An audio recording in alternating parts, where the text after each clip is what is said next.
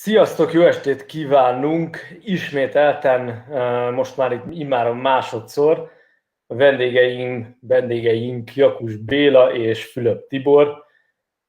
A múlt heti témát folytatjuk igazából, merre tart az edzői biznisz, mint ez a témánk. Ezt az előző alkalommal annyira nem sikerült sokat beszélnünk konkrétan erről a témáról.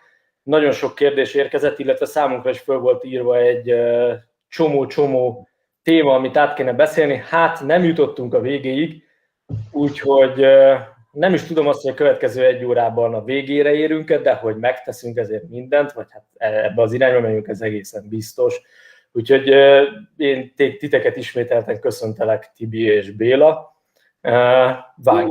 Köszöntöm a nézőket én is. Sziasztok, üdvözlök mindenkit! Akkor vágjunk bele, merre is tart az edzőbiznisz. Ugye amiről múlt héten nem nagyon sikerült beszélgetnünk, az maga az edzés tervezés, és itt a beszélgetésünk előtt is elhangzott Tibitől, van egy generációs szakadék, amit látunk, fogalmazunk így, hogy generációs szakadék, amit látunk edzők között. Ugye online edzéstervezés versus hagyományos, régi módi edzéstervezés, amikor is ugye ott van az edző a sportoló mellett. Mi erről a véleményetek először? Akkor Tibi, téged kérdezlek, hogy látod ezt a helyzetet, lehet-e online edzőket is edzőnek hívni? Az edzői szakma az differenciálódott, én azt gondolom az elmúlt 10-15-20 évben, tehát nagyon sok dolog amellett szól, hogy az a fajta klasszikus edzői munka bizonyos sportágokban, bizonyos szinten nem tud működni, mint ami régen volt, hogy van a közös edzés, mindenki odajön, és akkor ott az edző személyesen találkozik velük, és akkor foglalkozik velük, valamennyire személyre szabottan, vagy éppen nem személyre szabottan, mert ugye ilyen is van a közös edzés, az megint egy érdekes téma, hogy ott mennyire valósul meg mondjuk a személyre szabott edzésnek az elve. Nyilván élsportnál előfordulhat, hogy közös edzés, de mégis mindenki csinálja a saját dolgát. Amatőrsportban, ugye futóklubok például, ott egy picit lehet, hogy nehezebb ezt megvalósítani, de erre való például a pulzuskontroll, és onnantól kezdve lehet, hogy ugyanazt csinálja, csak a saját intenzitási zónájában, akkor az már valamennyire személyre szabott lesz. Persze akkor sem biztos, hogy mindenkinek ugyanannyit kell futni, ugyanolyan résztávokat kell futni, ez megint egy másik téma. Viszont ez elkerülhetetlen, csak a magam fő sportágánál, a kerékpársportnál maradjak, ott is abszolút megfigyelhető ez a dolog, hogy van a klasszikus edző. Ugye egy edző eleve, induljunk onnan, hogy mik az edzői szerepek tulajdonképpen. A klasszikus edzői szerep az 3 dolog. Edzést tervez, edzést vezet és versenyeztet. Ez alapvetően az edzőnek a dolga. Hogy emellett Magyarországon még kénytelen adott esetben masszörködni, kerékpárt szerelni, vagy bármi más csinálni, az egy dolog, de az igazából nem az edzőnek lenne a dolga, vagy menedzselni mondjuk egy egyesületet, vagy egy sportolót, szponzort szerezni, stb. Ez nem edzői feladat. Ez a 3 az edzői feladat. Most a klasszikus edző az egy személyben végzi ezt a 3 dolgot. Edzés tervezés, edzés vezetés és versenyeztetés, és bizonyos sportágokban ez leginkább az utánpótlás edző szerepében maradt meg, hiszen utánpótlásban, főleg az alacsonyabb korosztályoknál, ahol meg kell tanítani a sportági technikát, ott nem lehet ezt távoktatással levezényelni, ugye nem lehet online oktatással levezényelni, ott kell lenni az edzésen, meg kell neki mutatni, hibát kell javítani, stb. Viszont van a dolognak egy másik része, a kondicionális képességeknek a fejlesztése, mondjuk a kerékpársportban úgy nagyjából a 15 éves kortól, tehát az U17-es korosztálytól kezdődik, de lehet mondani, hogy az állóképességi sportágokban nagyjából ugyanígy, és onnantól kezdve viszont a személyre szabott kondicionális képzés az működik, és nem is feltétlenül, ugye jó lenne, főleg még ebben a U17-es korosztályban viszonylag gyakran közös edzéseket szervezni, de nem egy helyen laknak, nem tudnak elmenni közös edzése, vagy csak esetleg hétvégenként, vagy ritkában, de attól függetlenül mindenkinek kell végezni a megfelelő terjedelmű edzésmunkát. Tehát, és azt viszont lehet távolról is irányítani, és ez abszolút jellemző most már állóképességi sportágokban, ahol nem kell ott állni mellette minden nap, hogy elvégzi végezni teljesítménydiagnosztikát, megvannak az adatok, az edző megírja az edzéstervet, a sportoló elvégzi, és az edzés adatokat egyrészt ugye azok az objektív edzésadatok, másrészt a szubjektív véleményét hozzáfűzve, a szubjektív érzését, hogy telt a nap, hogy telt az edzés, stb. És ebből nagyon jól tudja az edző követni azt, hogy milyen állapotban van, és tudja neki adagolni a terhelést. Tehát ez a két dolog, ez élesen külön vált, és ez lehet a futásban is. Megint, hogyha futótechnikát kell javítani, akkor nyilván nem lehet távoktatással, hogyha kondicionális képességek fejlesztése van, akkor az. Oké, Béla? Neked hasonló kérdés? Én is azt gondolom, hogy a kettőt egy picit külön lehet választani. Tehát a hagyományos edzői modell, amikor ugye az edző ott áll a pálya szélén és látja a versenyzőjét nap mint nap, az bizonyos szituációban az kötelező. Tehát egy utánpótláskorban, egy elit futónál ez egyszerűen ott kell lenni szerintem az edzőnek az edzések jelentős részében. Egy amatőr futónál is szerintem egyébként jó lenne, tehát hogyha földrajzilag ez megoldható lenne, az lenne a legoptimálisabb, hogyha hetente lenne egy-két olyan edzés, amikor az edző látja, és esetleg egy kezdő 35-40 éves, vagy akár több éves futó, amikor elkezd futni, esetleg baromi rossz technikával, és csak küzd, és esetleg egy pár jó szóval, egy pici odafigyeléssel, futó technikajavítással, futóiskolázással, lehet, hogy egy pár alkalommal egy csomó mindent lehetne rajta fejleszteni, javítani.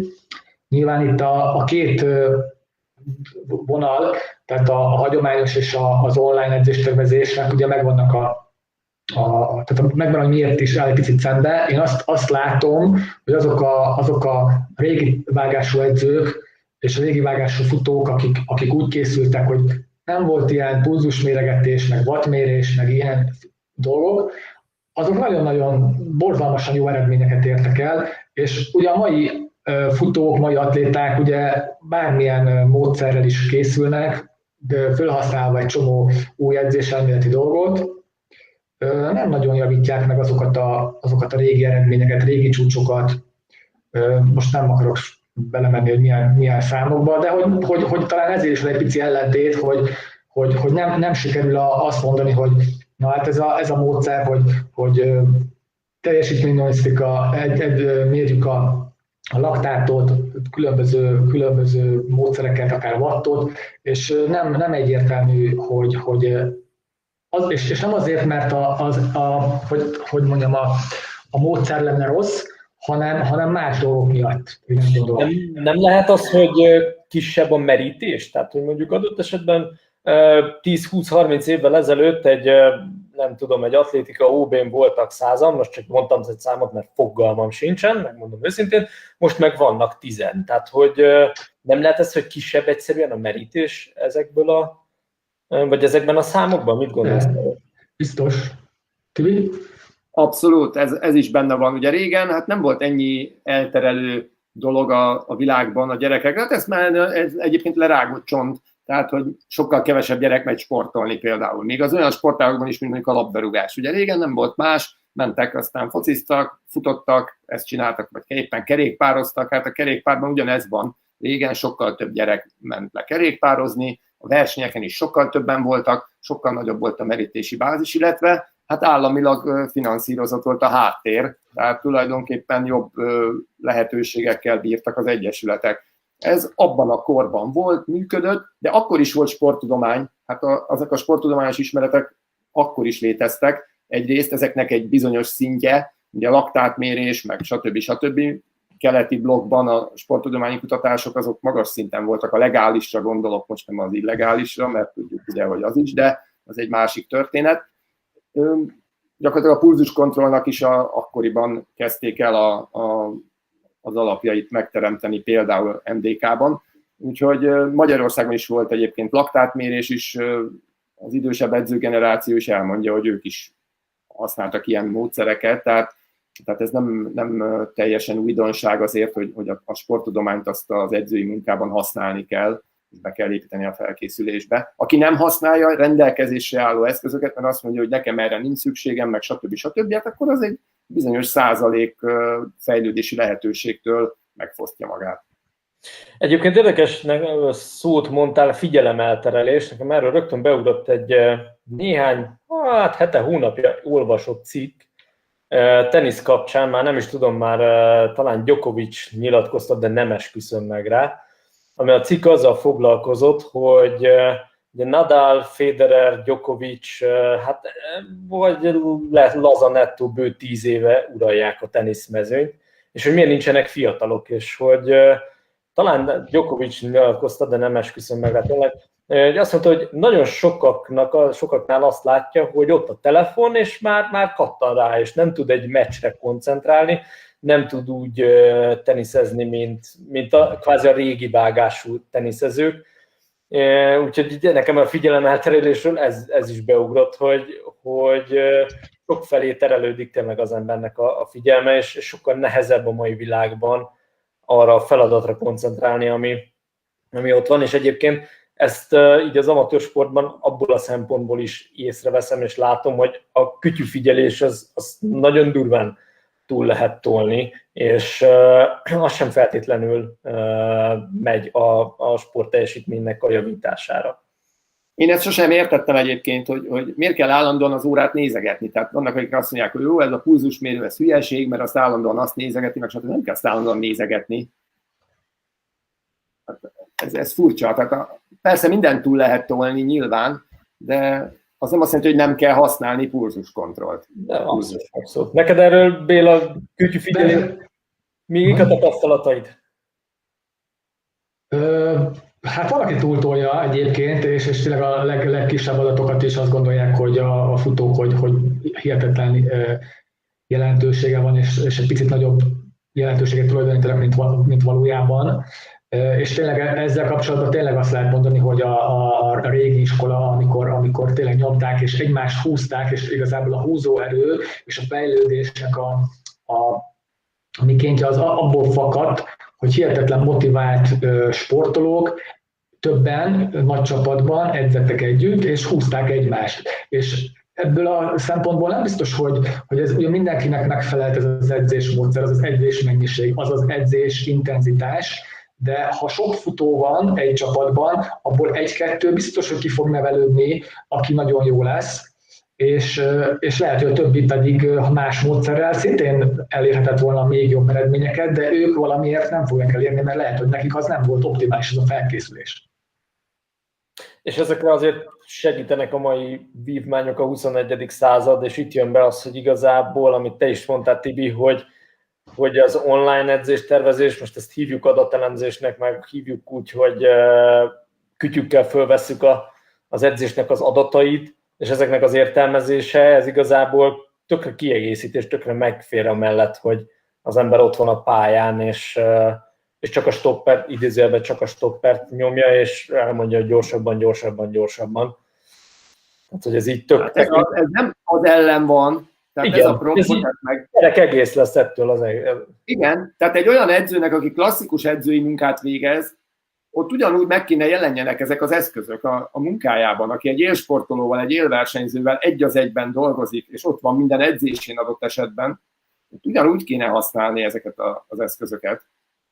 És akkor, ha most így belegondolunk ebbe a mai helyzetben, most nem feltétlenül itt a pandémia, de akár 2-3 évvel ezelőtt, ugye megjelent egy olyan piaci igény, hogy így fogalmazza, ami az amatőr sport, és ebben ugye nagyon nehéz kivitelezni azt, hogy az edző az minden edzésen ott legyen. Mert hát ugye a sportolóink hát össze-vissza élnek talán mondhatom, hogy a világban, én dolgozom egyébként külföldön élő sportolóval, és fizikális képtelenség ott lenni az edzésen. Mégis mit láttok így ebben? Lehet ebben változás, lehet ebben igénymódosulás? Mit láttok ezzel? Mi a véleményetek róla? Most ezt Béla először tőled kérdezem. Bocsánat, nem értem a kérdést. A kérdés arra vonatkozik, hogy te látsz-e arra esélyt, hogy növekszik a személyre szabott, tehát a személyes edzés vezetésre való igény, tehát nem csak az lesz majd az igénye a sportolóknak, hogy ők edzéstervet kapjanak, és kihozzák magukból a maximumot, hanem hogy egyre inkább megjelenik a piacon az, hogy én személyesen a te edzésedet egy-egy. Szerintem én ugye amatőr futókkal foglalkozok. Baromi széles a spaletta, tehát vannak, akik évek óta nagyon komoly mennyiséget futnak, tehát bőven 100 km fölötti hetek plusz még szinteket is futnak a terefutók, és vannak, akik kezdőfutók, vagy kezdőbbnek számító futók, mondjuk egy első félmaratonra készül, stb. Viszont mindenki, aki amatőr futó, abban azt látom, hogy nagyon-nagyon durván leterheltek, tehát hogy gyakorlatilag erre nem tudom elképzelni, erre legyen lehetőség. Lehet, hogy egy olyan szűk kis körzetben vagy környezetben ez előfordul, hogy össze tud állni pár futó, de hogy egy edző nem tud egy nagyobb csapatot folyamatosan mozgatni, családanyák, munka mellett, minden mellett, valaki korán, hajnalban, nekem a futóim konkrétan reggel 5-től este 10-ig futnak a különböző időszakokban. Egy ilyet például, még ha földrajzilag mondjuk egy helyen is lennének ezek az emberek, egy viszonylag szűk körzetben, mondjuk Budapest területén, akkor se tudnánk összeszervezni, annyira szanaszétszórodnak, és szerintem pont ezért terjedt el ez az online edzéstervezés, mert egyszerűen egyénre lehet szabni, és ezek a kütyük, ha így fogalmazhatunk így, ezek azért olyan sok segítséget adnak, és vannak ugye olyan mérések is, amit most tényleg a lépésszámot, a lépéshosszat, a talajérintésig, egyensúlytól kezdve egy csomó mindent meg lehet nézni, hogy futott a futó, a fáradására utaló jeleket is tudjuk látni. Tehát rengeteg sok adat és információ érkezhet az edzőnek a kezébe, és gyakorlatilag, hogyha ezt jól kezeli, és a futó is, és elhivatott, és akar fejlődni, akkor ezzel a módszerrel, vagy ezekkel a módszerekkel kiválóan lehet fejlődni. Én szerintem nem nagyon lesz. A amatőr futók szerintem nem fognak, tehát nem lesz, tehát igény lehet, hogy lenne rá, de gyakorlatilag megvalósíthatatlan, és nem is látok erre reális esélyt. És van ennek, hogy nem látsz reális esélyt pénzügyi vonatkozása? Tehát, hogy magyarul mondva, tehát, hogy el tudsz-e képzelni magadról olyat, hogy kifizeti egy sportolód azt, hogy te 60 kilométert utazzál, és levezess neki egy edzést. Mert ugye ez is egy nagyon fontos kérdés ebben az egészben. Hát erre még nem volt igény. Egyébként lehet, én általában a versenyeket azért szeretem, hogy legalább ott a sportolóimmal találkozzak, ott a futókkal találkozzak, és ott tudjak egy olyan kontaktust, esetleg ott hogyha az ember több helyen és egy olyan szituációban, ahol hosszabb ideig láthatja a futóját, ott például már tök jó, hogy van egy olyan kép, ami több, mint az kicsit személytelen online tervezés és az online adatok.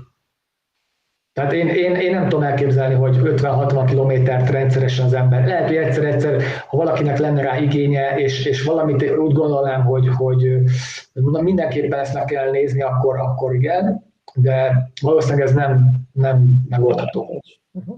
Tibi, igazából ugyanez a kérdés, hogy neked mi a véleményed erről témáról? Hát ez ugyanolyan dolog, hogy nem hallunk. Az edzéssel foglalkozó, vagy magukat edzőnek nevező. Alapvetően nem dolog. Eléggé recseksz most, Tibi, nem tudom, hogy mi történt, de elég több szó kimarad, amit nem biztos, hogy mindenki hall. Hát, nem nagyon tudok mit kezdeni, remélem, hogy majd megjavul. Most jó. Ez légköri zavar. Oké, akkor előről kezd létszel mondani valódat, hogy biztos, hogy halljuk az egészet. Szóval ugye üzletileg nézve a dolgot, van ilyen szolgáltatás, meg van olyan szolgáltatás. Tehát alapvetően a gombamód szaporodnak az edzők. Most már mindenki edző, mindenki tanácsot ad, mindenki edzéstervet ír, olyanok is, akik tegnap kezdtek el futni, már azt jelenti, hogy nem ma, hanem tegnap, egy nappal ezelőtt, és elfutottak a szomszéd házsarokig, és akkor már ők tanácsot adnak a különböző social media felületeken, meg különböző fórumokon. Van ennek jó oldala is, van ennek rossz oldala is, de az a lényeg, hogy van egy ilyen tanácsadás része, van egy edzéstervezés része, és természetesen az is egy szolgáltatás, hogyha valaki mondjuk azt szeretné, hogy a futótechnikáját javítsák. Akkor van olyan, aki erre vállalkozik, aki ezzel foglalkozik, van olyan edző, aki ezzel lehet menni. Nagyon sok futóklubban az is egy új keletű, viszonylag új keletű dolog, tehát az új keletű, az mondjuk ilyen 10 évvel egy igazán nagy trend, hogy mindenhol futóklubok alakulnak. És sok helyen van is futóedző, atlétaedző, és akkor oda el lehet menni, mondjuk futótechnikát javítani. Mondjuk megtanulni nyújtani, megtanulni bemelegíteni, stb. Úgyhogy én azt gondolom, hogy van erre is lehetőség. Én nem ezzel a felével foglalkozom, kerékpárban sem, edzést nem vezetek, vezettem éppen eleget, amikor mondjuk egy csapatnál edzősködtem. Edzőtáborba éppenséggel el lehetne menni, nyilván annak van egy díja, egyrészt egy napi díja, ugye, hogy az ember elmegy oda, és nem mással foglalkozik, másrészt az is egy szolgáltatás akkor ebben az esetben. És az az érdekes még egyébként ebben a generációs szakadékban, vagy generációs ellentétben, hogy a klasszikus edzők, akik abban gondolkoznak, hogy egy egyesületnél edzősködnek, és azért várják a befektetett munka. Ugye nekik a szívügyük az a sportág, az az egyesület adott esetben az életük, és mindent rátesznek 100%-ig, hogy azzal foglalkozzanak. És nem biztos, hogy az ellentételezés az is olyan mértékű. Magyarul nem tudnak belőle megélni. Míg van a másik oldal, aki 2 napja edzősködik, jó marketinget tesz köré, jönnek az ügyfelek, fizetnek, és megél belőle. És akkor ugye az egyik azt mondja, hogy hát ez milyen bot csinálta edző, és ennyi pénzt keres vele, milyen rohadt szemét. A másik meg azt mondja, hogy hát figyelj öreg, te miért nem élsz meg belőle? Szóval valahol ebben is van egy ilyen érdekesség, hogy változik a világ, és tök jó dolog az, hogyha hiszünk valamiben, és mondjuk egész nap mormogunk, és meditálunk, és stb., csak közben éhen halunk, vagy megteremtjük a lehetőségét, hogy igen, amivel szeretnénk, azzal foglalkozunk, de meg is tudunk belőle élni.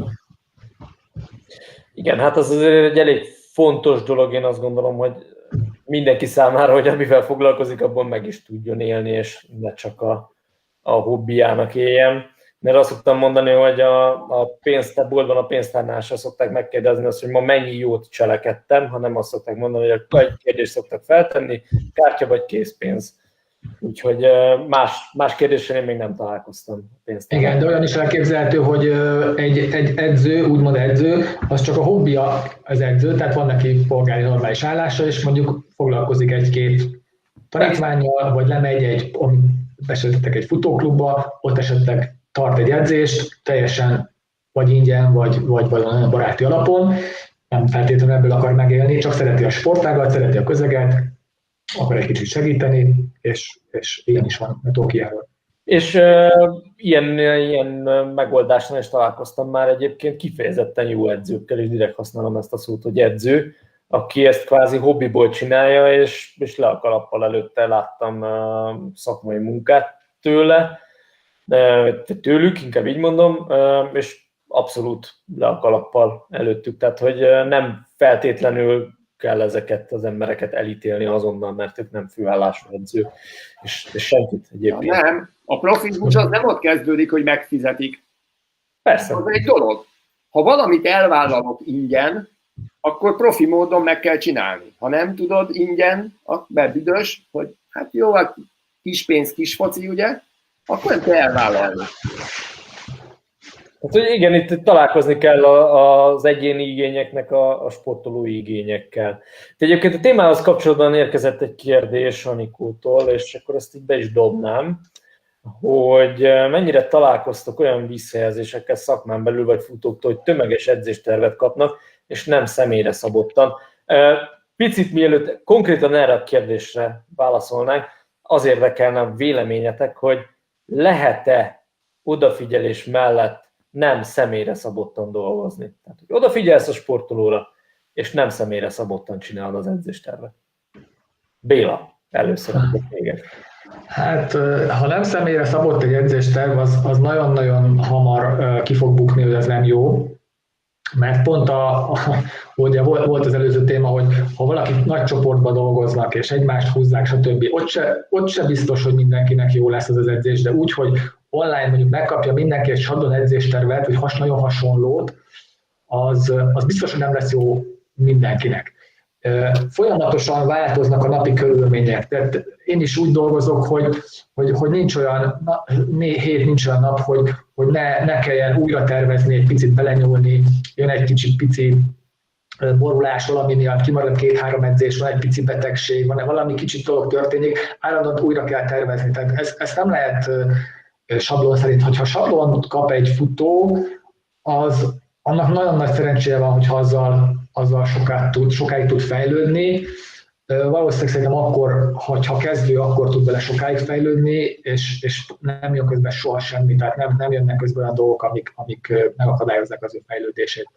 Én szerintem nem hatékony, és egy előbb-utóbb minél magasabb szinten lesz egy futó, annál inkább rájön, hogy az neki nem való, tehát hogy nem jó, hogy valamiért neki az biztos, hogy nem lesz jó. Vagy nagyon nagy szerencséje, vagy pont véletlenül jó legyen. Tibi? Én egyfajtában azon gondolkozom, hogy mit jelent a kérdés maga. Sokféle verzió van. Az egyik az, hogy ugye klasszikusan az edző úgy dolgozik, hogy vannak bizonyos sablonok a fejében, megoldási sablonok egy dolognak, vagy egy képességnek a fejlesztésére. És ezeket a sablonokat, hát ezeket ugye ismerni kell, hogy mondjuk hogyan képezünk egy terhelési blokkot, hogyan edzésperiodizációt, hogyan építjük föl. Van arra is egy sablon, hogy mondjuk mit kell csinálni egy főverseny előtti szuperkompenzációs hét, vagy egy tapering hét kapcsán. A trükk ott van, hogy ez, ami le van írva, úgymond a nagykönyvben, hogyha ezt mindenkire ugyanúgy próbálod alkalmazni, akkor az nyilván nem lesz jó. Majd lesz olyan ember, akire jó lesz olyan, akire meg nem. Akire kevés lesz olyan, akire sok lesz. Tehát sablon az lehet, csak azt személyre kell szabni utána. Na ez az egyik fele. Nem tudom, hogy erre gondoltál-e. Valószínűleg nem.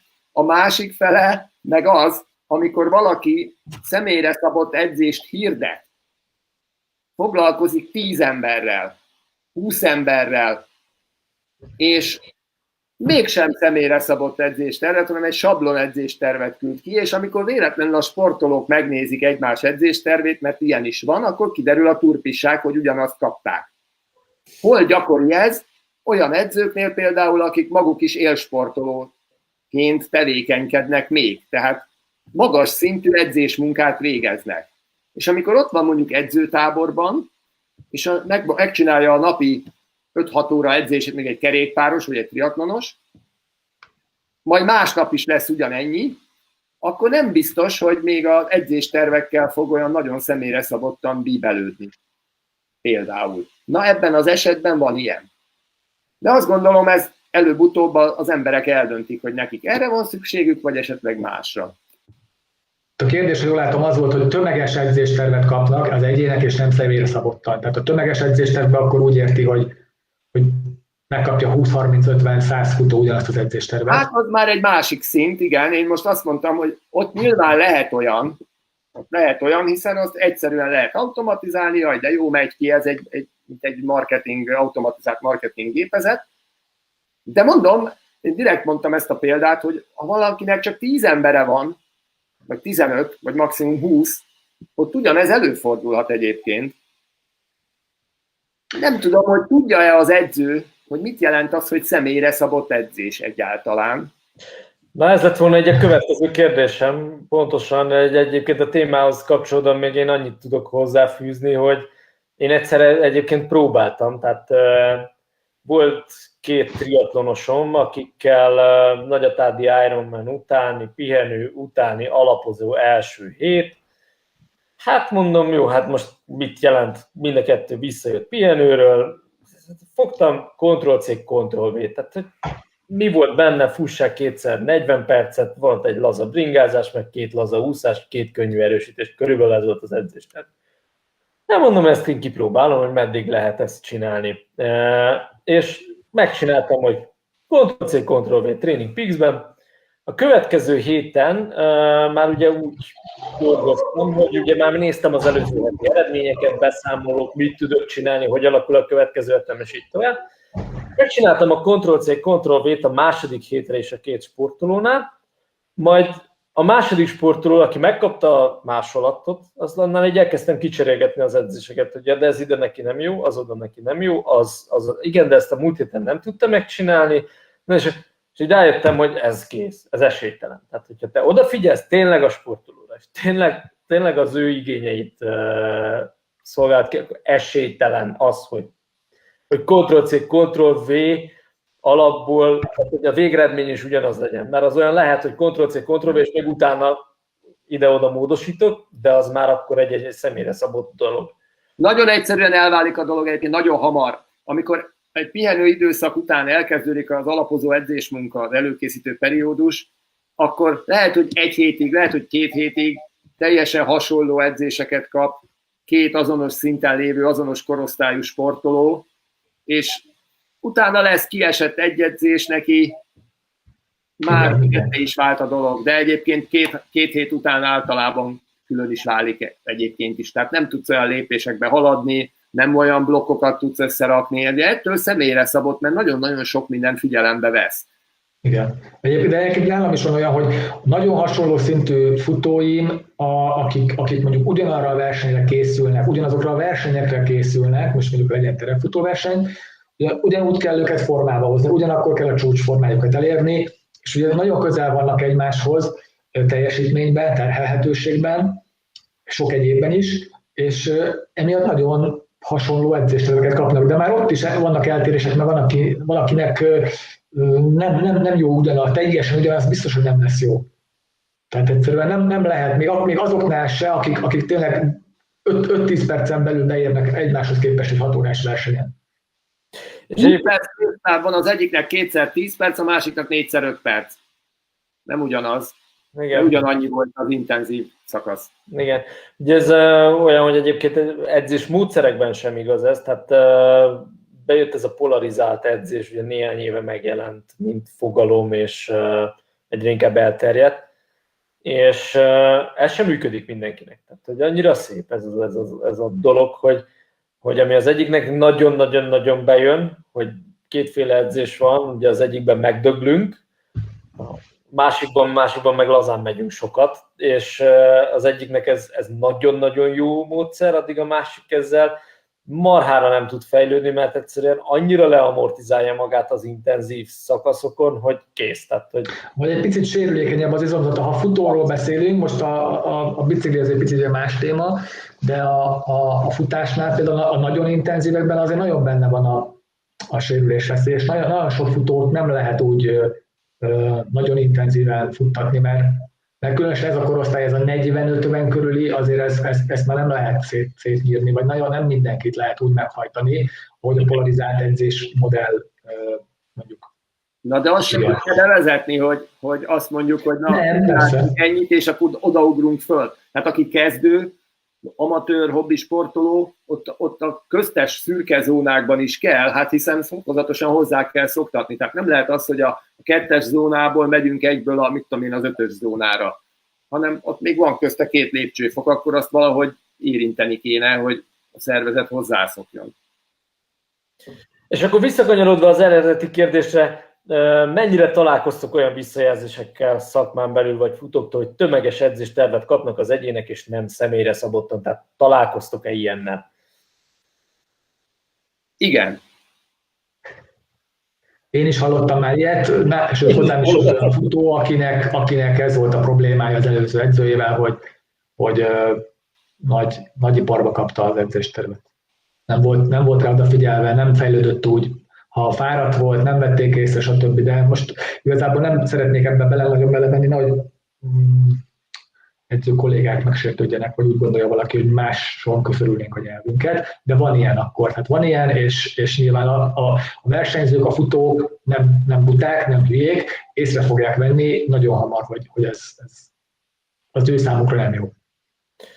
Jó, hát olyan is van, amikor valaki több száz embernek ír személyre szabott edzéstervet. Pont ezt akartam kérdezni, szerintetek mi az a szám, amivel egy edző jól el tud boldogulni? Mi az az edzésterv szám, amit azt mondjuk, hogy na, ezt még személyre szabottan, odafigyeléssel, megfelelően meg lehet írni.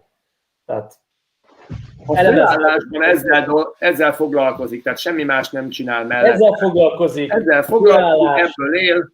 Én azt gondolom, hogy... elemzi azokat az adatokat, amelyek fontosak. Ugye Béla mondtad korábban, hogy nagyon sokan nagyon odafigyelnek pici olyan adatokra, amire nem kéne odafigyelni, és ezért hangsúlyozom, hogy nem minden adatot elemez, hanem azt gondoljuk, hogy ami fontos, azt elemzi, és ezzel a Bélával egyébként egyetértek maximálisan, hogy nem kell minden pici adatra odafigyelni, hanem vannak sokkal nagyobb. Tehát így. Összefüggéseket kell jól látni. Maximum 40-50 ember az, akit így ki lehet szolgálni. Én is nagyjából így gondolom, 40-50 ember, és az már nagyon kemény munka. Tehát a 40-50 ember, ha az ember tényleg odafigyel rá, akkor annál többet nem nagyon lehet, én szerintem. Így van.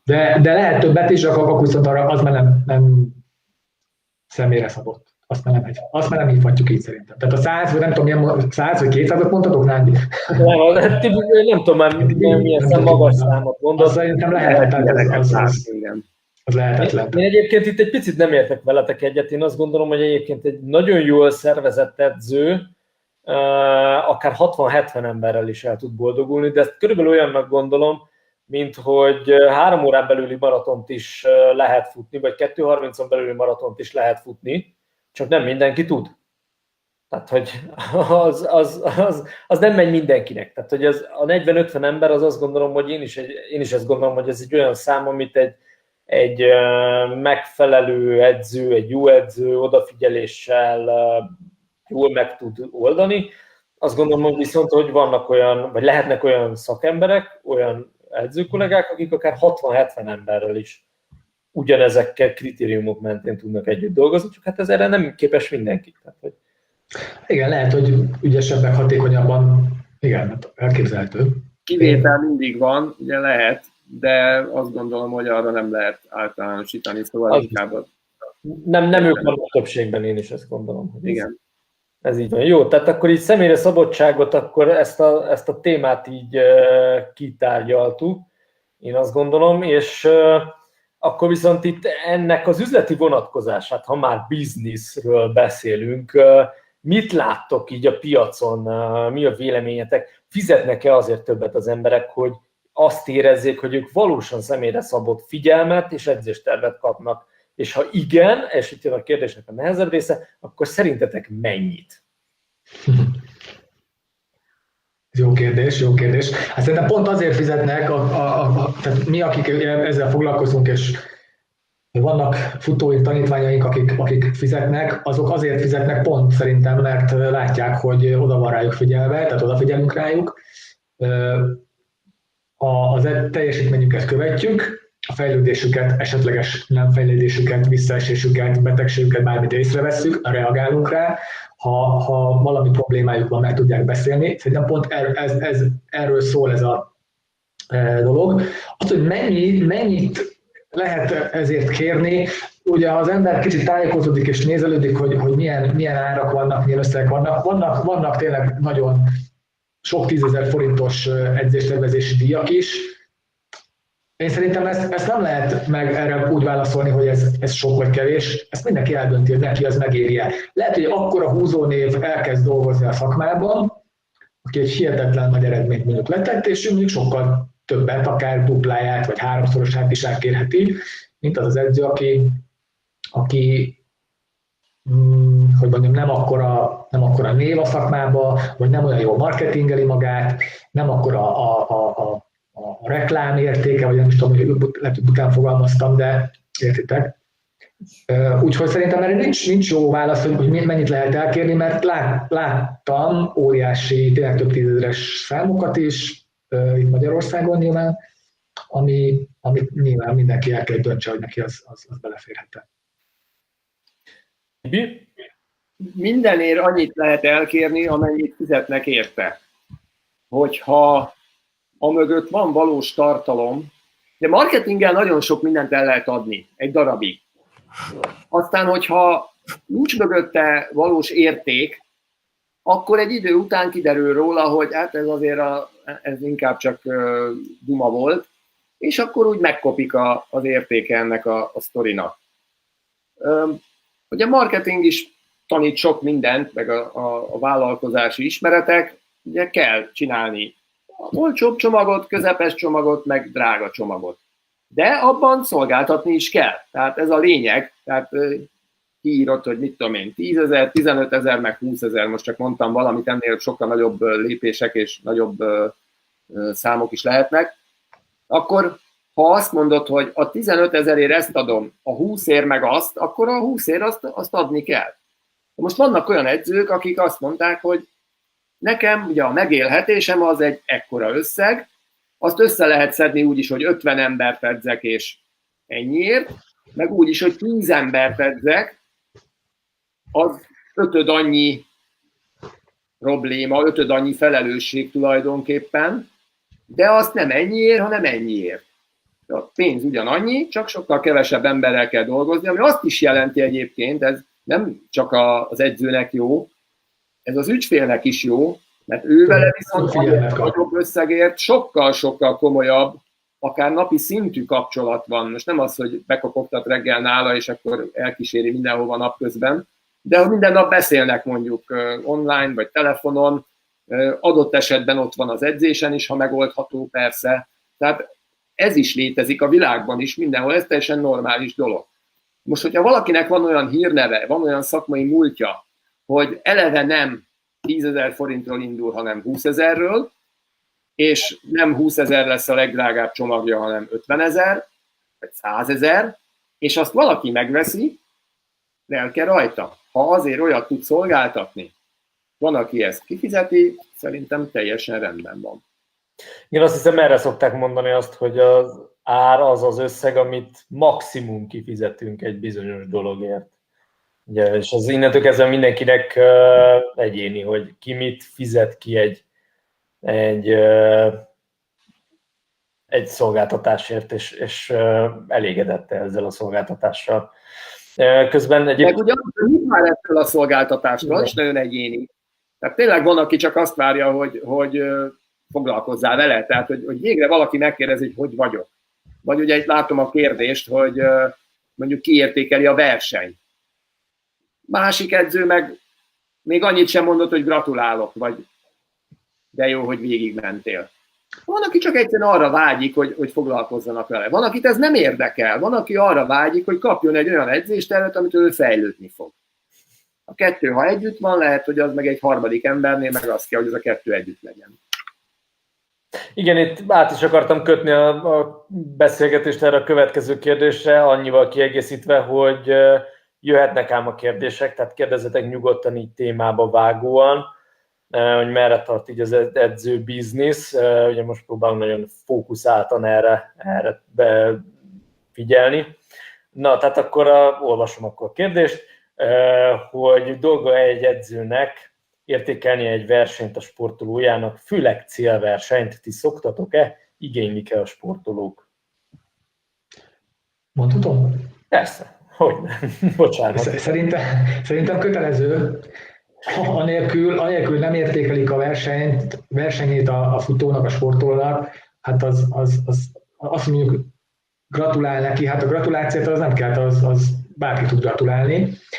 Én úgy szoktam egyébként csinálni a saját futóimmal, hogy eleve én kérek tőlük egy kis pár mondatos beszámolót a versenyről is, amiben nyilván a legfontosabb részeket ő leírja, és nyilván, hogyha egy verseny iszonyatosan jól ment, szuperul végigbírta, kihozta magából a lehető legjobbat, tehát egy tökéletesen sikerült verseny volt, arról általában kevesebbet lehet beszélni, mint az elrontottról. Az elrontottról, na ott kezdődnek, hogy arról rengeteget, hát most az elrontott lehet sokféle, lehet egy frissítés, tehát mondjuk egy ultraverseny, vagy egy maratonversenynél már például egy frissítésről beszélni, akkor hogyha elfutott egy versenyző, azokra mind föl kell hívni a figyelmét a hibákra, tehát a hibákból lehet tényleg csak tanulni. A jól sikerült verseny, ez egy picit el is kényelmesíti a futót, mert azt gondolja, hogy majd akkor a következőre is biztos, hogy jól fog menni.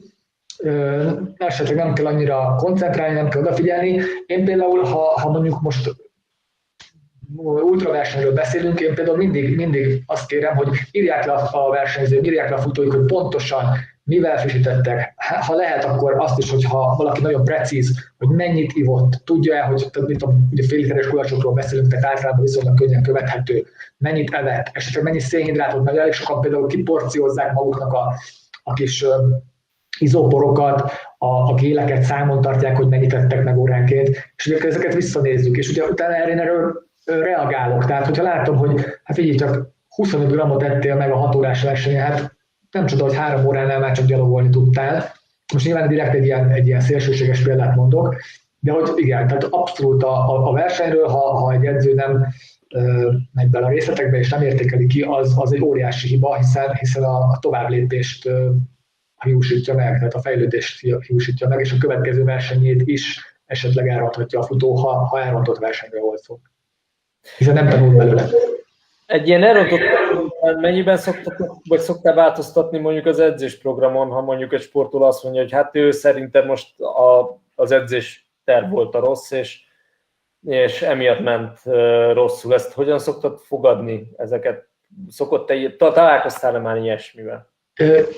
Ilyet nem írtak le nekem még, hogy az edzés tervvel volt baj, de nyilván előfordulhat olyan, hogy én úgy látom, hogy mondjuk egy futó mondjuk egy olyan versenyen nevezett, és mondjuk engem már úgy keresett meg, hogy most mondok egy példát, hogy beneveztem az UB-ra Béla, fél év múlva le akarom futni, de mondjuk nincs mögötte komoly versenyzői múlt, nincsenek mögötte komoly ultrák, és engem már úgy keresett meg. Hát nyilván itt az ember már, ha elvállalja ilyen szituációt mondjuk, akkor ott már azért nagyon kell gondolkodni, hogy egyáltalán ugye elvállalja-e, tehát hogy azt mondhatja el felelősségteljesen, hogy hát figyelj erre, lehet, hogy nem tudok fölkészíteni, és nem vállalom el. Egyébként nekem volt ilyen szituáció, amire mondtam, hogy amit te szeretnél, ahhoz varázsló kell, nem pedig futóedző. És nem az volt például, tehát a szituáció nem az szokott lenni, hogy nekem azt írja a versenyzőm, hogy elrontottuk a felkészülést, hanem én látok esetleg egy hibákat, máshogy kellett volna csinálni, egy picit jobban lehetett volna csinálni, vagy mi nem tartottunk ott, és esetleg túl nagyot léptünk előre, ilyen előfordul, vagy nem készítettem fel a futót fejben eléggé mondjuk arra, hogy mondjuk egy borzalmasan meleg 30-35 fokos időben olyan nehézségekkel találhatja magát szembe, ami esetleg nagyon nagy gondot fog okozni, és olyan görcsökkel, stb., amiről előzőleg nem tehát előzőleg nem beszéltünk, és utólag értékelni nyilván ez már egy kicsit kényelmetlenebb, tehát abból a szempontból, hogy egy rontott verseny után a versenyző is egy picit esetleg úgy motiválatlanabb tud lenni, és ezt azért, de viszont ezt jól át kell beszélni, mert mondom, a hibákból tudunk csak tanulni. Tibi? Személyre szabott a dolog. Én azt gondolom, hogy nem feltétlenül kell mindig túlragozni a dolgot. Én azt hiszem a múltkori adásban talán beszéltünk erről, hogy én mindig hosszabb folyamatban gondolkodom. Tehát van egy adott évben egy főverseny XY személynek, az tulajdonképpen egy előkészítése annak, hogy majd jövőre a főversenyen még jobban tudjon menni, és gyakorlatilag minden formaidőzítésből, főleg, hogyha az edző nem régóta dolgozik együtt a sportolóval, akkor minden formaidőzítés például, vagy minden verseny gyakorlatilag egy tanulság, egy próbálkozás, és hogyha nem élsportolóról van szó, aki mondjuk tudatosan figyeli ezt éveken keresztül, utánpótláskortól kezdve, hogy mit kell neki csinálni, és tulajdonképpen edző nélkül is magától is tudja a legfontosabb dolgokat, hogy mondjuk egy tervezett főverseny előtt egy csúcsforma időzítéshez mire van szüksége, milyen jellegű edzésmunkát, milyen terhelést kell, hány nappal előtte, hogyan, stb. Az egy másik szint. Egy amatőrnél, főleg, hogyha egy éve vagy egy fél évvel kezdtél el, vagy abban az évben kezdtél el vele dolgozni, akkor lehet, hogy még nincs meg ez a fajta tapasztalat, és akkor már eleve úgy kezdjük, hogy figyelj, megpróbáljuk ezt, ez a cél, erre készülünk, te jelölöd ki, hogy mi az, ami motivál, melyik verseny, legfeljebb, ha azt mondod, hogy 2 hét különbséggel akarsz 2 főversenyt tenni, akkor majd én megmondom, hogy az nem lesz úgy jó, és akkor majd így a folyamatban benne van az is, hogy ahogy végig megyünk az egészen, ahogy vannak tesztversenyek, ahogy vannak edzőversenyek, akkor látjuk azt, hogy mire lehet számítani. Tehát tulajdonképpen nem csak az az egy, hogy most ott akkor összedől a világ, hogyha az nem sikerül, de már előtte lehet látni, hogy hol tartunk a felkészülés. Ugye amatőröknél nagyon sokszor van az, hogy hiába van egy elképzelt folyamat, amit meg kéne csinálni, hogy XY napra pontosan akkor a csúcsformát produkálja. Már látjuk előtte egy hónappal, 2 hónappal, hogy az nem úgy fog sikerülni. Akkor megpróbáljuk menteni a menthetőt, de az közben is azért valamilyen formában, hogy ez megint személyre szabott. Van, akinek meg kell mondani előre, hogy figyelj, nem ott tartunk, nem ez fog történni, mint amit esetleg vártál ebből a történetből. Ha valakinek meg van úgy, hogy ezt megmondod neki, akkor elmegy a kedve, és akkor tuti biztos, hogy nem fog jól szerepelni. Tehát erre nincsen recept. Van, akinél részletesen, személyesen találkozni kell vele, és részletesen át kell beszélni, meghallgatni adott esetben a sirámait, ami most bocsánat, hogy így mondom, hogy sirámok, de lehet, hogy nem valósak általában. Tehát ők sokszor rosszabbul élik meg a helyzetet. Megnézed az adatokat, megnézed csak az időeredményt, javult, mondok egy hülyeséget, 2 órát javult, sokkal jobb lett, és még mit tudom én, érmet is nyert, dobogóra állt, meg egy personal bestet teljesített, és akkor el van keseredve, hogy hát ő jobbat akar. És akkor mondja ezeket, hogy hát ez így, meg úgy, meg miért nem. És akkor nagyon egyszerű, leülünk ide a Training Peaks elé, és megmutatom, hogy hát jó ember, hát nézd meg.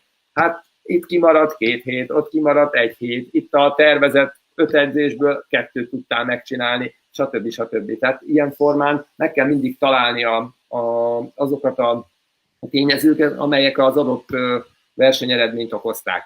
Na de a trükk ott van, hogy ha jól ment a versenyző, azt is meg kell vizsgálni egyébként, csak hát az nyilván nem olyan, ahogy mondtad Béla te is, az nem olyan akkora érdekesség, mert nem biztos, hogy például azon a versenyen, hogyha ez nem főverseny, nem biztos, hogy akkor kellett volna a csúcsformában menni. Hogyha meg csak legyintünk rá, hogy jaj, de jó, hát nyert, csúcsformában volt, jaj, de ügyes vagy fiam, de lehet, hogy közben ez, hogy látszik, hogy milyen jó volt mondjuk egy tesztversenyen, lehet, hogy el is lőtte a puskaporát mondjuk 3 héttel a főverseny előtt. Tehát azt is meg kell nézni, hogy az miért volt olyan nagyon jó, meg nem számítottál rá esetleg, hogy olyan jó lesz. Abszolút egyetértek ezekkel, amiket így itt előttem elmondhatok, így hagyalok én is egyébként, hogy tényleg egy nagyon jól sikerült verseny után nagyon nehéz értékelni. Ugye mi ezt vallom egyébként, hogy mindenben van hiba, az a legnagyobb hiba, hogyha nem látjuk azt a hibát adott esetben. Tehát egy nagyon jó versenyben is biztos, hogy van hiba, és a hibák keresésével jobbak tudunk lenni. És ugye te is mondtál, Béla, hogyha van egy rossz versenyünk, az igazából nagyon jó, mert nagyon sok dolgot tudunk belőle tanulni. Ugyanakkor, ha van egy jó versenyünk, és az ember összeteszi a kezét, hogy na végre megtaláltuk azt a taperinget, azt a felkészülést, ami na most nagyon jól segített, és 1 év múlva hasonlóan fölépítjük, majd nagyon nem jön össze, akkor szokta az ember fogni a fejét, legalábbis én biztos, hogy fogtam a fejemet, mert velem történt ilyen, hogy fantasztikusan jó versenyt mentünk egyik évben, és 1 évvel később, hasonló modellben gondolkozva, nyilván az aktualizálva minden, már nem működött, tehát hogy annyira szép és jó ez a dolog. Mit gondoltok, hány év kell ahhoz, hogy egy edző megismerjen egy sportolót, és egyáltalán lehet-e? Tibi, most akkor te kezd a választ. Hát valakit nagyon nehéz egyébként kiismerni, tehát ilyen is van. És egyébként onnan indul ez a történet, hogy ez olyan, mint egy párkapcsolat, hogy nem minden edző passzol minden sportolóhoz, vagy éppen fordítva. Tehát nem biztos, hogy mindenkinél, az adott sztáredzővel is, mindenkinél ugyanaz az eredmény jön. Volt olyan korábban, hogy edzője lettem egy kerékpárosnak, és mondta, hogy hurrá, a Fülöp Tibi fog edzeni, akkor olimpiai bajnok leszek. Mondtam, hogy jó, nyugi, hát egyrészt a Fülöp Tibi sem biztos, hogy olyan okos, másrészt meg egyáltalán nem biztos, hogy el tudunk érni ilyen sikereket. Lehet az edző baromi okos, lehet a sportoló tényleg nagyon tehetséges, ez is megérne egy külön előadást, hogy ki a tehetséges, akire az apuka azt mondja, hogy tehetséges, vagy aki a nemzetközi szintű eredményeivel be is bizonyítja, ugye nyilván lehet sejteni, hogy a 2 közül melyik. Hogyha nincsenek meg a feltételek, tehát összetalálkozhat egy tényleg tehetséges, egy tényleg jó szakemberrel, és hogyha nincsenek meg a feltételek, mondjuk nem tud menni versenyre, nem tud elutazni versenyre, kellő számú versenyre, jó minőségű versenyekre, akkor a fejlődés sem lesz olyan. Tehát van, úgyhogy innen indul ez a történet, hogy nem biztos, hogy együtt tudnak működni olyan jól. Béla? Tibinek igaza volt abban, hogy nagyon nehéz, nem egyértelmű a dolog, nekem is úgy működik hogy a dolog, ahogy már említettem, hogy beszámolót írnak a futóik. Van, aki az edzéseknek a legnagyobb részéről annyit ír, hogy jó volt. Fasza volt, bocsánat, és ennyi. És rendszeresen, és akkor kicsit mondom, de hát amikor különösen egy komolyabb edzés volt, vagy egy verseny volt, akkor is nagyon szűkszavú. Nem is igényli egyébként, hogy mondjuk beszélgessünk, nem hív föl, ha olyan szituáció van, akkor is. Tehát, hogy kicsit zárkózottabb személyiség. És vannak azok a versenyzők, akik viszont tényleg elég részletesen leírják esetleges kisebb problémáikat, a napi szituációkat, vagy az edzéssel kapcsolatos érzéseiket, élményeiket, és igénylik is azt, hogy mondjuk esetleg hetente, vagy havonta, vagy valahogy, ahogy nekik valamilyen szituáció van, akkor beszéljünk. Valaki meg abszolút nem igényli. Tehát valakivel évek óta úgy dolgozok, sok éve, hogy gyakorlatilag minimális a kapcsolat, és mint emberi részéről nem is nagyon sokat tudok, tehát nem sokat tudok az ő életéről, és van, akivel nem dolgozok olyan nagyon régen, mondjuk egy évese, és nagyon hogy mondjam, közeli a kapcsolat, jól ismerjük egymást, még úgymond ő is érdeklődik, mondjuk akár felém, tehát hogy nyilván egy picit ugye ezek a kapcsolatok ugye kétirányúak,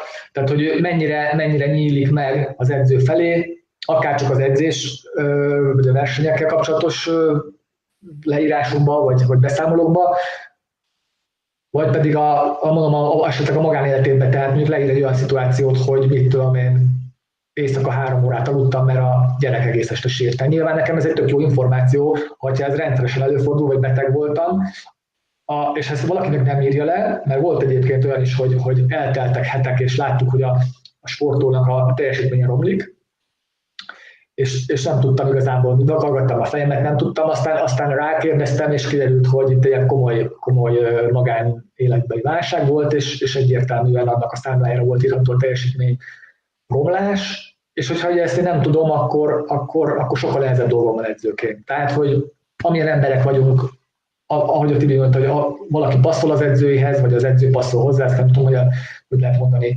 valaki meg abszolút nem is igényli, és nem is biztos, hogy nem passzol, csak egyszerűen nincs rá igénye, hogy olyan nagyon szoros legyen a kapcsolat. És egyébként van olyan sportolom nekem is, akik évek óta együtt dolgozunk, futó, hölgy, hosszú megjegyzéseket szokott írni, leírja, hogy érezte magát, kivel találkozott futás közben, stb. És nagyon jól tudunk együttműködni, mert érdekes módon, amikor valamiért én mondjuk rövidebb edzéseket írok, akkor a végén mindig jön a visszajelzés, hogy de jó, hogy mára ezt a rövidebbet írtad, ugye ezt utólag látja az ember, de jó, hogy ezt írtad mára, mert ez pont elég volt. Honnan tudtad? Na, és erre szoktam azt mondani, hogy az a jó szint, így az edző-sportoló viszonylatban, amikor az edző teljesen érzi, akkor is, ha nem találkoznak, vagy nem beszélnek, hanem annyira valahonnan jön az info, hogy egy kicsit ilyen ezoterikusan mondjam, hogy egyszerűen érzed, hogy milyen állapotban van, meddig szabad, hogyan lehet terhelni. Nyilván, ugye a mai világban Training Peaks meg hasonlók, vannak visszajelzések, és ez nagyon sokat, és ezért mondtam, hogy az objektív adatok, meg a szubjektív visszajelzések. De ugyanez megtörtént akkor is, amikor még ez se volt, és még e-mail se volt, még e-mailes kapcsolat sem volt a sportolóval, és tökéletesen éreztem, hogy mit kell, hogyan kell neki adagolni. Ez nincs meg ez mindenkinél, tehát ez valószínűleg nem attól függ, hogy te milyen edző vagy, mert hogyha te ugyanaz az ember vagy, ha az egyiknél ez kialakul, a másiknál nem, akkor ott a két fél közötti együttműködésben, vagy szinergiában, vagy valamilyen ilyen rejtett kapcsolatban nem stimmel valami. Tehát az edző az ugyanaz, és az egyiknél érzi, a másiknál meg nem. Volt-e nektek olyan, itt kicsit kapcsolódok, és akkor legyen ez az utolsó kérdés, mert hogy itt az időnk végére érkeztünk. Volt-e olyan, hogy eltanácsoltatok sportolót, például azért, mert nem az általatok kiírt edzést végezte, van-e ilyen tűréshatárotok, vagy inkább, tehát elköszöntök tőle, vagy inkább fizessen és maradjon, vagy ezt hogy szoktátok ti belőni? Nekem olyan élmény nem volt, hogy elküldtem volna, hogy valaki nem úgy csinálta meg az edzést. Abból indulok eleve ki, hogy ugye mindenki azért jelentkezik edzőt, azért jön hozzám, hogy azt az edzést megcsinálja meg, amit én elképzelek, és egy közös utat járjunk végig. Ettől függetlenül természetesen vannak olyanok, hogy valaki nem tudja megcsinálni az edzést, nem valami közbe jön. Olyan is van, hogy kicsit kevesebbet csinál, vagy többet csinál. Hát nyilván föl szoktam ezekre hívni a figyelmét a futóinak, hogy mi az a elvárás, amit azért úgy én velük szemben azért támasztok, hiszen nyilván azért ez egy együttműködés, és hát fölösleges lenne ugye együtt dolgozni akkor, hogyha ők teljesen más csinálnának. Azért szerencsére ez nem is szokott nagyon előfordulni, úgyhogy ilyen ér nem volt még, hogy elküldtem volna a futót. Nyilván, ha valaki folyamatosan más csinálna, nem azt csinálna, nem úgy csinálná, akkor ugye elgondolkodnék, hogy ugye mi értelme lenne közösen dolgozni, hiszen ő se lesz elégedett majd a végeredménnyel, és hát nyilván nekem se jó ez a szituáció, hiszen most az egy dolog, hogy igen fizet, ahogy itt láttam a kérdést, de hát nem ez az egyetlen szempont. Tehát egy minőségi munkátban nem fér bele egy teljesen más típusú edzésmunka, vagy egy nagyon nagy eltérés attól, amit én terveztem. Tibi, te tanácsoltál már a sportolót? Én azt gondolom, hogy csak a pénz miatt nem szabad, tehát az edző nagyon rossz úton jár. Nyilván egyébként lehet olyan élethelyzet, hogy egy kezdő edző... Mármint, hogy nem szabad megtartani valakit a pénz miatt, így érted? Így van, hogy nem szabad megtartani a pénz miatt. Tehát nyilván lehet olyan, hogy kezdő edző örül, hogy van 10 embere, és ebből él, tehát mellette nem dolgozik mást, mondjuk akkor kezdi a karrierjét egyáltalán, tehát hogy valamivel el kell kezdeni foglalkozni, és akkor nyilván ragaszkodik minden ügyfeléhez. Ezt el tudom képzelni, ilyen lehet. Nálam is volt olyan, akitől búcsút vettem, volt olyan, aki ő maga vett búcsút, mert azt mondja, nem jönnek a wattok, hát mondom, 2 hónap után nyilván nem fognak jönni a wattok, ez majd később fog jönni, de hát ha nem kötelező itt nálam maradni. Aztán olyan is volt, akivel 5-ször mondtam neki, hogy na most már akkor fejezzük be, mert ennek nincs értelme, de mégis mindig, hogy de azért csak majd így csináljuk, meg úgy csináljuk, meg van, akivel kialakul egy olyan kapcsolat, hogy az ember azt mondja, hogy rápirítok egy kicsit, hogy na ott hagylak, és akkor akkor összeszedi magát, jaj de jó. Ezek általában nem szoktak olyan nagyon jól elsülni, de volt már erre is példa, szóval mindegyik verzió egyébként előfordul. Az igazi az, hogy ha nem stimmel, akkor nem kell erőltetni.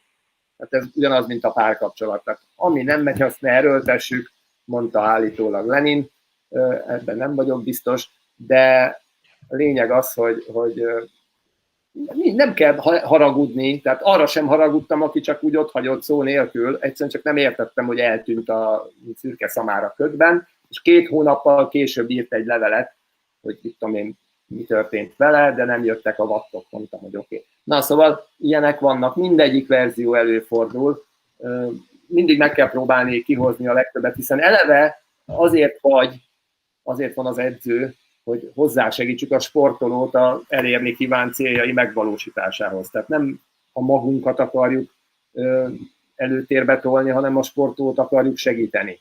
És mi edzők általa tudunk előbbre lépni, vagy feljebb kerülni az ő eredményei által. Tehát, hogyha magunkkal foglalkozunk csak, és nem a sportolóval, akkor mi sem leszünk eredményesek. Azt gondolom.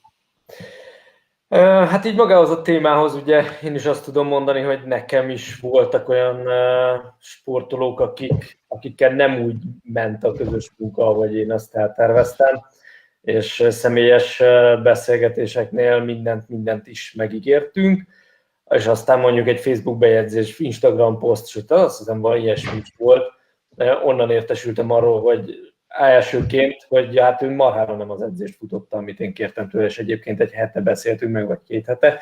Nekem van egyébként ilyenkor egy kedvenc kérdésem, aztán megkérdezem tőle, hogy miért vagyok én az ő életében. Tehát, hogy mi az én szerepem, miért kell az, hogy ő fizessen nekem.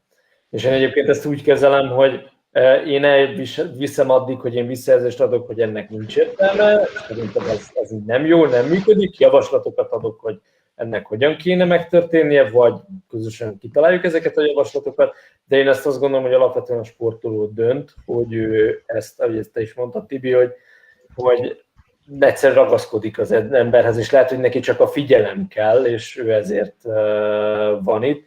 Aztán az edző meg eldönti, hogy ezt szakmailag belefér ez az ő életébe, vagy nem fér bele az ő életébe, én ezt gondolom. Na ez a varázsszó egyébként, hogy szakmailag, mert ugye, ha a boltba elmegy az ember, vesz egy 2 kilós kenyeret, és utána kifizeti, és utána fölteszi a polcra, és ott penészedik meg, vagy ott szárad ki, az egy dolog. Ha fizet azért, hogy edzéstervet kapjon, és nem azt csinálja, az is elvileg magánügy, tehát lehetne azt mondani, hogy én írom az edzéstervet.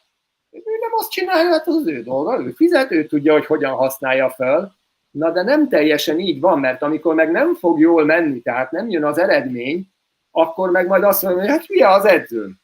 És akkor mondhatod, hogy ember, miről beszélsz? Hát nézd meg, ott van az edzésterv, meg itt van, amit te megcsináltál. Ebből a kettő az köszönő viszonyban nincs egymással. Na, azt meg már nem fogja átlátni, nem fogja érteni. Szóval engem azért inkább az érdekel, hogy azért csinálja azt, amit mondok, mert én azt gondolom, hogy az a jó neki. Meg azt gondolom, hogy azért keresett meg engem, mert én vagyok a szakember. Mert a diagnosztikában is van olyan, aki úgy jön be a laborba, biztos, Nándi, te is találkoztál már ilyennel, hogy szerintem ezt úgy kell, hogy. Akkor mondom, hogy bocsánat, összecserélődtek a szerepek, akkor itt vannak az eszközök, tessék nyugodtan elvégezni önállóan a mérést. Miért? Hát mondom azért, mert ide jöttél a szakemberhez, gondoltad, hogy azért jössz ide, akkor ne te mondd meg, hogy kell csinálni, majd én megmondom.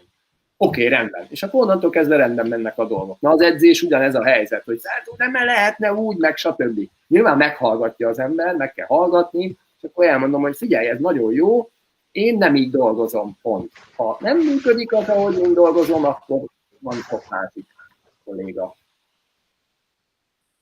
Oké, Béla, még hozzáfűzni való? Nagyjából megbeszéltük szerintem. Szerintem, és akkor zárjuk le azzal, hogy ha jól megy a sportoló, akkor tehetséges, ha rosszul, akkor szar az edző, ugye? Így van. Abszolút, ez egy jó zár. Jó van. Én nagyon köszönöm nektek a ma esti beszélgetést ismételten. Én nagyon élveztem az elmúlt bő egy órát. Remélem, ti is hasonlóan vagytok vele. Úgyhogy akkor köszönjük szépen a figyelmet, és további szép estét mindenkinek. Sziasztok, jó sportolást mindenkinek! Köszönjük, szép estét! Sziasztok!